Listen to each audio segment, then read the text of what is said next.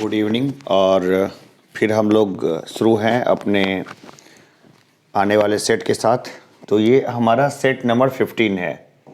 ये 15 नंबर का जो सेट है ना, हम लोग इसको देखेंगे और इस सेट में जो महत्वपूर्ण प्रश्न बनते हैं उसका उत्तर हम लोग जो है वो जानेंगे।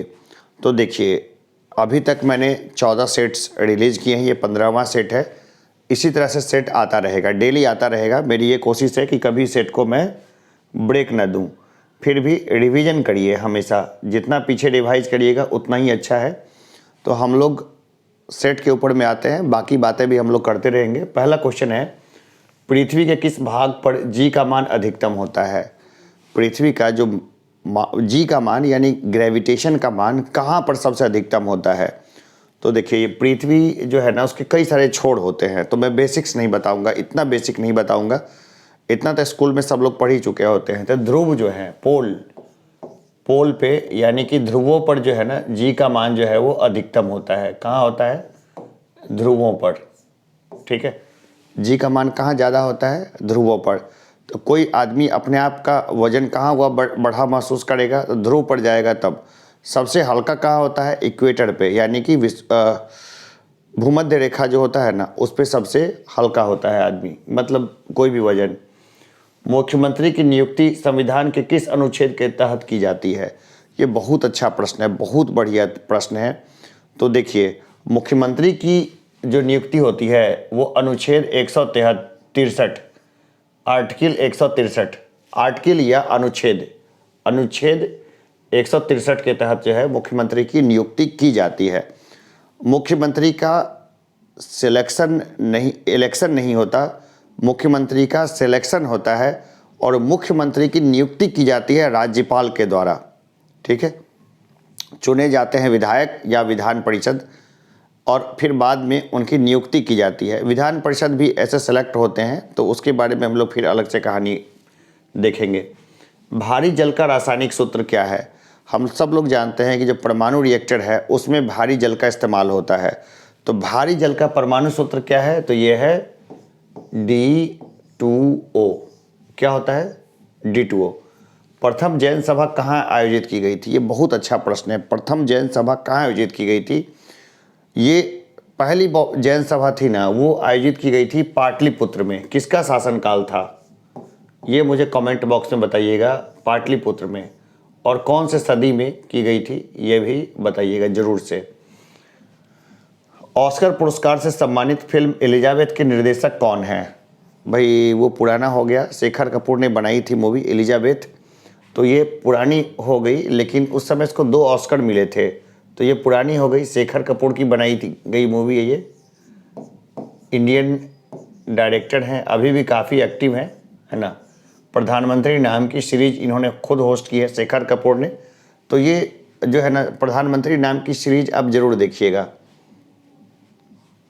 अगला क्वेश्चन है, अराकानयोमा किस देश में है? ये अच्छा क्वेश्चन है। उस समय ये काफ़ी जो है फेमस समय था, एक समय था। तो ये म्यांमार में है, अभी भी ये चूँकि चर्चाओं में है तो ये पूछा जा सकता है कहाँ पर है? म्यांमार में। म्यांमार से है आंग सान सू की, हम लोग जानते हैं उनको, नोबेल पुरस्कार विनर। वहीं से रोहिंग्या शरणार्थी की समस्या शुरू होती है और हम बाद में देखते हैं कि वहाँ पे तख्ता पलट हो जाता है और बाद में सैनिक शासन आ जाता है। कहाँ? म्यांमार के भीतर में। तो वो कहानी उथल पुथल की वो चलती रहती है। म्यांमार में राष्ट्रपति नहीं बन पाई थी आंग सान सू की ना। क्यों? क्योंकि उनके जो पति थे उन्होंने ब्रिटिश नागरिकता ले ली थी, तो उनके बच्चे ब्रिटिश नागरिकता में रहे। तो ये हिसाब किताब कुछ ऊपर नीचे है उधर का। कवक यानी फंजाई की कोशिका भित्ति किसकी बनी होती है? कवक की कोशिका भित्ति किस चीज़ की बनी होती है? अगर आपको ध्यान हो तो ये बनी होती है काइटिन की। किसकी बनी होती है? काइटिन की। काइटिन की बनी होती है कोशिका भित्ति कवक की। तो ये सब नॉर्मल लाइफ में तो हमें देखने को मिलता नहीं है। तो इस तरह के क्वेश्चंस को क्या है, हमें अच्छे से घोट लेना चाहिए कि कवक की कोशिका भित्ति किसकी बनी होती है? काइटिन की। एकदम याद रहना चाहिए, घोटा हुआ होना चाहिए। भारत के राष्ट्रीय शेयर बाजार का मुख्यालय कहाँ है? भारत के राष्ट्रीय शेयर बाजार का मुख्यालय कहाँ है? एकदम सिंपल सा सवाल है, कहाँ पर है? तो ये है मुंबई में। कहाँ पर है? मुंबई में। कहाँ है? मुंबई में। ठीक है। भारत के राष्ट्रीय शेयर बाजार का मुख्यालय कहाँ है? मुंबई में। मुंबई को भारत की आर्थिक राजधानी भी बोलते हैं। क्या बोलते हैं? आर्थिक राजधानी। बीपीएससी तो ऐसे कोई प्रश्न नहीं पूछेगी, लेकिन बिहार पुलिस में ऐसे प्रश्न आने की संभावना बहुत अच्छी होती है। और बिहार पुलिस की जो वैकेंसी है ना, जिनका एज फेवर में हो उनको ज़रूर देना चाहिए एग्ज़ाम। भाई कोई भी जॉब है ना, वो छोटा बड़ा नहीं सोचिए, बस उसमें लगे रहिए। मेरे एक मित्र हैं जो as a constable Delhi police में जब उनको जॉब मिला तो उन्होंने जॉब कर ली, अभी वहाँ डीएसपी हैं। कौन सा विषय अर्थशास्त्र में वर्णित है? कौन सा विषय अर्थशास्त्र में वर्णित है? कौन सा विषय अर्थशास्त्र में? तो वो हम लोग देखते हैं अर्थशास्त्र में क्या वर्णित है।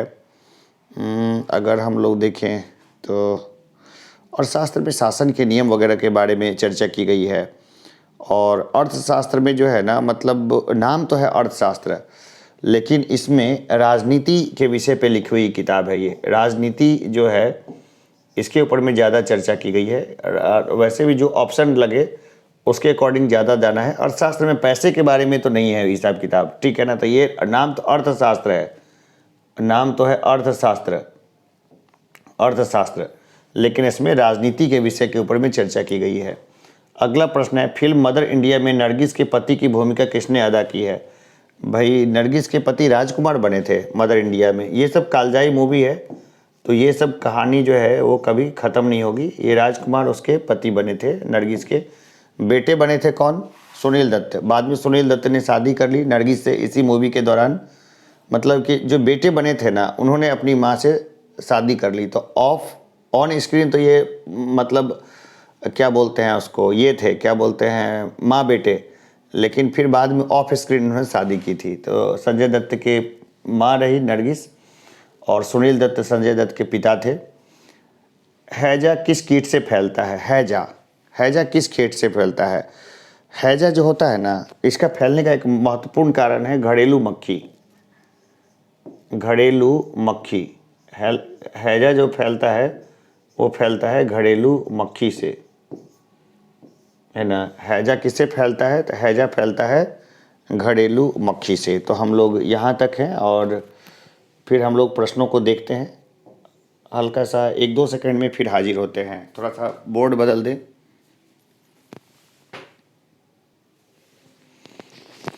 तो चलिए, हम लोग हैजा तक हम लोग देख चुके थे कि हैजा किस कारण से फैलता है, तो घरेलू मक्खी से फैलता है।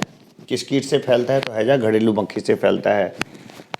आगे हम लोग देखते हैं, राज्य सरकार का वास्तविक प्रधान कौन होता है? वास्तविक प्रधान पूछ रहा है कि राज्य सरकार का वास्तविक प्रधान कौन होता है। ये फंसाऊ सवाल रहा है और ये बीपीएससी ने इसको कई बार पूछा है। राज्य सरकार का जो वास्तविक, देखिए कॉन्स्टिट्यूशनल प्रधान तो राज्यपाल वगैरह होते हैं, लेकिन वास्तविक प्रधान का बात है तो ये होते हैं मुख्यमंत्री। मुख्यमंत्री जो हैं, मुख्यमंत्री इसके वास्तविक प्रधान होते हैं। और केंद्र सरकार के जो वास्तविक प्रधान होते हैं वो होते हैं प्रधानमंत्री। शेरशाह का मकबरा कहाँ स्थित है? शेरशाह का मकबरा है सासाराम में। कहाँ स्थित है? सासाराम। शेरशाह का मकबरा वह चतुष्कोणीय है, तो सासाराम में स्थित है वो। सासाराम बिहार के गौरव हैं हमारे लिए शेरशाह सूरी। सिख धर्म के संस्थापक कौन थे? देखिए ये तो बहुत कॉमन क्वेश्चन है, सब लोगों को मतलब कि लगभग आता है कि सिख धर्म के जो संस्थापक हैं वो हैं गुरु नानक, गुरु नानक देव, गुरु नानक। ठीक है, बिहार से भी उनका बहुत करीबी रिश्ता रहा है गुरु नानक का। नानक को निधि के नाम पे है। किस फिल्म निर्माता ने 1917 में हिंदुस्तान फिल्म कंपनी की स्थापना की थी? अच्छा प्रश्न है ये। हिंदुस्तान फिल्म कंपनी की स्थापना किसने की थी? तो देखिए ये इतना महत्वपूर्ण सवाल है कि बस समझिए जो अलग ही मामला है। ये की थी दादा साहेब फाल्के ने। हिंदी सिनेमा के सबसे प्रतिष्ठित नाम है दादा साहब फाल्के। तो इन्होंने जो है स्थापना की थी क्या, किस कंपनी की? हिंदुस्तान फिल्म कंपनी की स्थापना कब की थी? 1917 में। मतलब ये प्रश्न बहुत महत्वपूर्ण है। कई बार ऐसे प्रश्न आते हैं और आप बोलेंगे कहाँ से प्रश्न आया, हमें तो पता ही नहीं चला। तो ये नहीं भूलना है कि ये जो प्रश्न है ये कितना ही खास प्रश्न है। आगे हम लोग देखते हैं, किस महासागर में द्वीपों की संख्या सर्वाधिक है? कहाँ पर है? जाहिर सी बात है, सबसे बड़ा कौन सा है? प्रशांत। प्रशांत महासागर में हमें सबसे ज़्यादा द्वीप देखने को मिलते हैं। कहाँ? प्रशांत महासागर में। बहुत बड़ा है ना पैसिफिक, तो ज़्यादा द्वीप होंगे। मौर्य काल में नगर का अध्यक्ष क्या कहलाता था? बहुत अच्छा प्रश्न है, बहुत अच्छा प्रश्न है। नगर का अध्यक्ष क्या कहलाता था? ये हम लोग, नगर का अध्यक्ष क्या कहलाता था? ठीक है, ये वाला प्रश्न है, नगर का अध्यक्ष क्या कहलाता था। ये मैंने बहुत बार कराया है, पिछली बार भी कराया था। तो मैं चाहूँगा कि ये जो है ना एक प्रश्न, उसका उत्तर लोग कमेंट बॉक्स में मुझे दें। ठीक है, कि नगर का अध्यक्ष कौन कहलाता था मौर्य काल में, नगराध्यक्ष कौन होता था, ये मुझे ज़रूर बताइए कमेंट बॉक्स में नीचे में पिंड मैसेज में, ताकि मुझे पता चले कि हाँ आप सचमुच सीरियस हैं, थके नहीं हैं। क्योंकि 15वां जो क्लास आ रहा है ना, इसमें मैं व्यू देखता हूँ कि पहले वाले का व्यू ठीक था, बाकी का व्यू उस हिसाब से नहीं आ रहा। देखिए, और भी चीज़ करता मैं, एल्गो का कुछ छेड़छाड़ नहीं करता। यूट्यूब में व्यूज़ बढ़ाने के लिए मैं कुछ करता नहीं हूँ, क्योंकि मेरे पास बहुत ज़्यादा टाइम नहीं होता है, बहुत कुछ देखना होता है, जिसके कारण मैं सिर्फ क्लास लेता हूँ और अपलोड करता हूँ, ताकि जितने लोग हैं जो एकदम सीरियस एस्पिरेंट हैं, बस वही लोग जुड़े रहें, और बाकी लोग भी देख लें तो अच्छा है, जितने व्यूज़ हों उतना अच्छा है। लेकिन मेरे पास समय नहीं मिल पाता, सारे एल्गो मैं जानता हूँ, लेकिन मैं कर नहीं पाता वो काम, ताकि व्यूज़ बहुत बढ़ जाए। किस बाज़ार को अर्थव्यवस्था का बैरोमीटर कहा जाता है? अर्थव्यवस्था का बैरोमीटर शेयर बाज़ार को कहा जाता है। किसको कहा जाता है? शेयर बाज़ार को। ठीक है, ऊपर का जो क्वेश्चन था वो रिपीटेड था, तो इसलिए हमने सोचा कि देखते हैं कि कितने लोग इसका जवाब देते हैं और मुझे अच्छा लगेगा।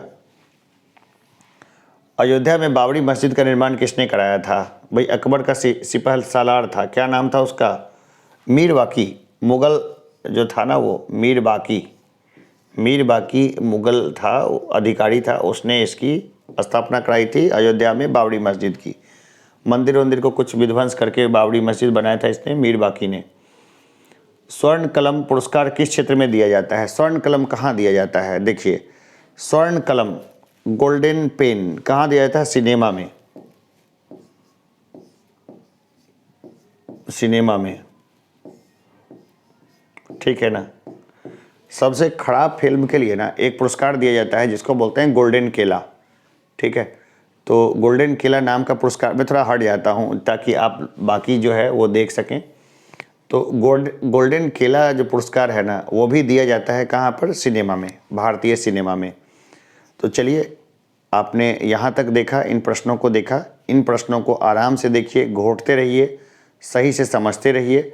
ये आपके बहुत ज़्यादा काम आने वाला है, बहुत ज़्यादा काम आने वाला है। तो इसको कभी भी जो है मिस नहीं करिए, हमेशा इसको पढ़ते रहिए, देखते रहिए, समझते रहिए। तो अभी के लिए इतना ही, फिर मिलते हैं हम लोग एक छोटे से ब्रेक के बाद। धन्यवाद।